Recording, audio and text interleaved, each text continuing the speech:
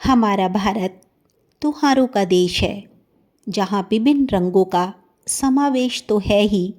प्रकृति, पशु, गंगा, पहाड़, नदियाँ, आकाश, अग्नि, पवन, पृथ्वी, कन्या आदि की पूजा का विधान है, जो हमारे मन को प्रेम और महानता से भर देता है।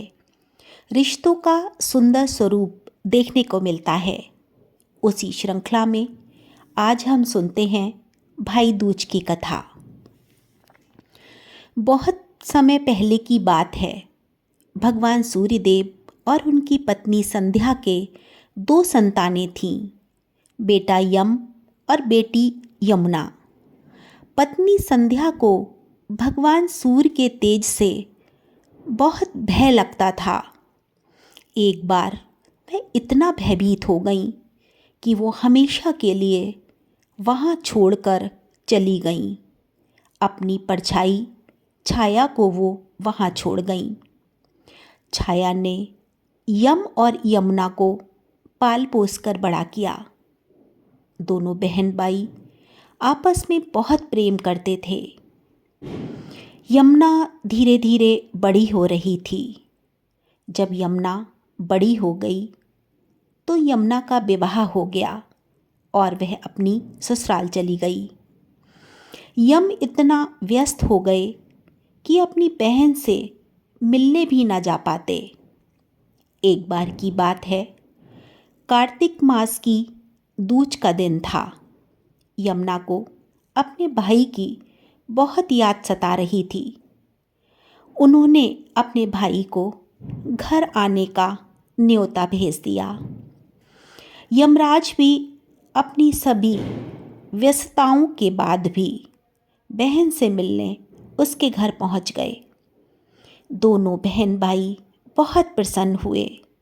यमुना ने भाई का खूब स्वागत सत्कार किया। उन्हें तरह तरह के पकवान बनाकर खिलाए, जी भर के बातें की, हंसी ठिठोली की और उनके ललाट पर कुमकुम का तिलक और अक्षत लगाए। यमराज जल्दीबाजी में बहन के लिए कोई उपहार नहीं ला पाए थे। एक चुन्नी थी जिसे उन्होंने संकोचवश नहीं दिया था। उन्होंने यमुना से कुछ मांगने का आग्रह किया तो यमुना ने कहा, मुझे कुछ नहीं चाहिए। अगर आप मुझ पर प्रसन्न हैं तो मुझे एक वर दीजिए। इस संसार के समस्त प्राणी आपसे भय खाते हैं। कोई भी अपने घर आपको बुलाना नहीं चाहता। आज के बाद जो भी बहन कार्तिक मास की दूज पर अपने भाई के मस्तक पर कुमकुम का तिलक लगाएगी, उसके भाई को आपसे कोई भय ना रहेगा। यमराज अपनी बहन यमुना की बात से बहुत प्रसन्न हुए। उन्होंने अपनी लाई हुई चुन्नी को बहुत लाड़ से अपनी बहन को उड़ाते हुए तथास्तु कहकर वचन दिया। यमुना बहुत खुश हुई।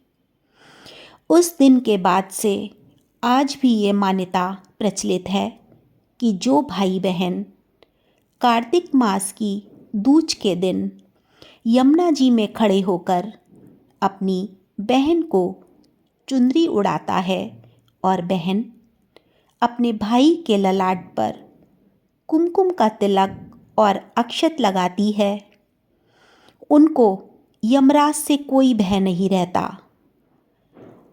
और उनका कोई अनिष्ट नहीं होता। जन्मों तक वह भाई बहन के रूप में ही इस संसार में जन्म लेते हैं। ये थी भैया दूज की कथा।